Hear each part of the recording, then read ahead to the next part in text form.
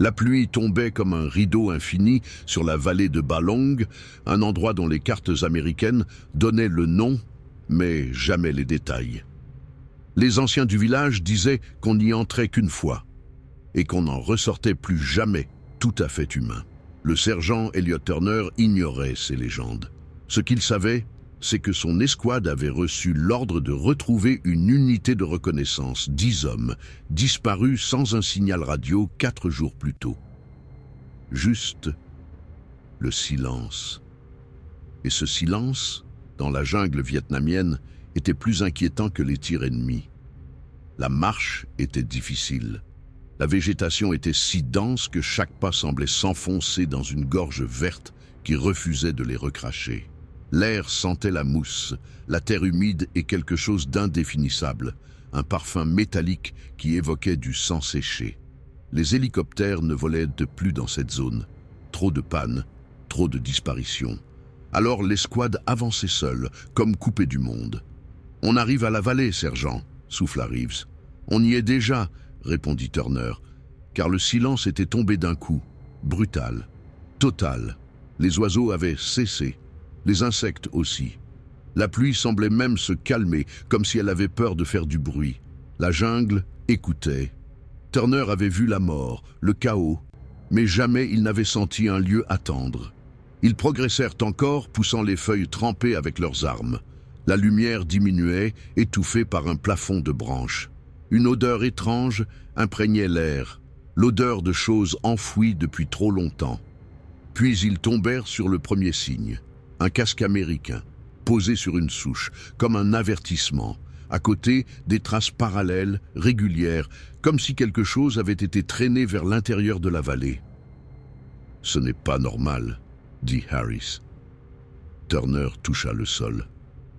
Ils n'ont pas été emmenés de force, ils ont marché, comme s'ils suivaient quelque chose. Reeves frissonna. « Mais quoi ?» La jungle répondit avec un craquement sec, puis un murmure qui n'était ni le vent ni un animal. « Ce n'est pas humain !» lâcha Turner.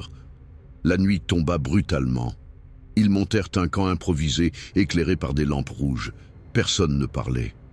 On entendait des pas, trop légers, trop lents, qui contournèrent le camp. À minuit, Turner ouvrit les yeux. Une silhouette se tenait entre les arbres, immobile. Les yeux, 2 reflets pâles, fixaient le camp. Turner attrapa son fusil. « Qui est là ?»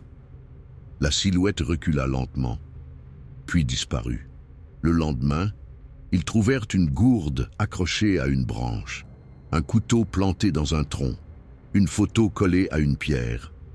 Tout semblait placé comme des balises, comme si quelqu'un voulait qu'ils suivent un chemin précis. « Il nous guide », dit Turner. « Qui ça ?» demanda Harris. Turner n'en avait aucune idée.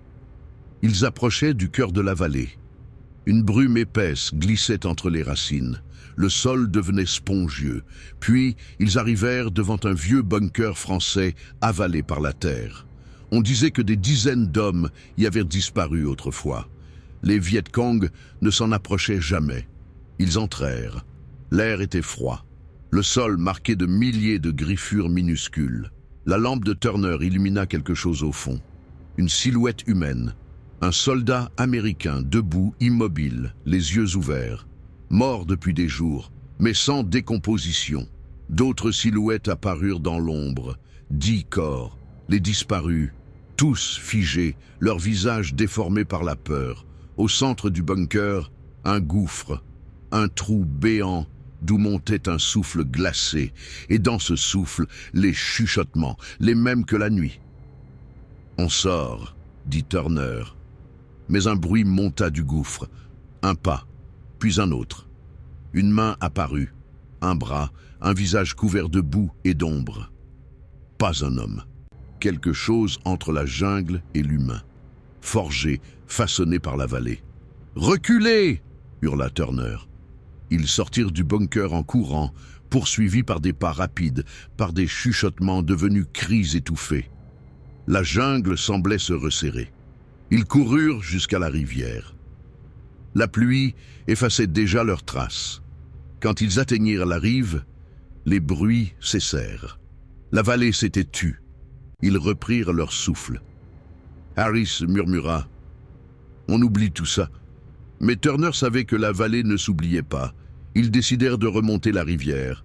Rapidement, Turner constata quelque chose. Leurs traces de la veille avaient disparu, effacées, et certains repères naturels n'étaient plus les mêmes. La vallée modifiait l'espace autour d'eux. Puis, Turner l'entendit. Pas un chuchotement cette fois. Un chant, lointain, hypnotique. Ils s'arrêtèrent. Une silhouette apparut de l'autre côté de la rivière. Une femme vietnamienne, immobile, en robe sombre. Pas un mouvement. Elle fixait l'escouade. Reeves pensa à une survivante. Turner savait que ce n'en était pas une. Elle leva lentement un bras et pointa un chemin derrière eux. Ils se retournèrent. Le sentier était là, ouvert, offert. Un passage que la jungle n'avait jamais montré auparavant. « Elle veut qu'on parte », dit Turner. Ils suivirent le sentier presque au pas de course. La végétation s'éclaircit, la lumière revint. Au bout d'une heure, ils franchirent une frontière invisible. La pluie cessa, les oiseaux revinrent, l'air se réchauffa. Reeves s'effondra, soulagé. Turner se retourna. La brume se refermait derrière eux comme un rideau. La femme était là, debout. Elle inclina la tête, puis se dissipa dans la brume. Turner sentit alors une marque invisible se poser sur lui. Une part de la vallée l'avait suivi. Une certitude terrible lui traversa l'esprit. La vallée ne les avait pas laissés partir. Elle les avait relâchés. Pour un temps, et un jour, ce qu'ils avaient réveillé là-bas marcherait à nouveau dans leurs pas.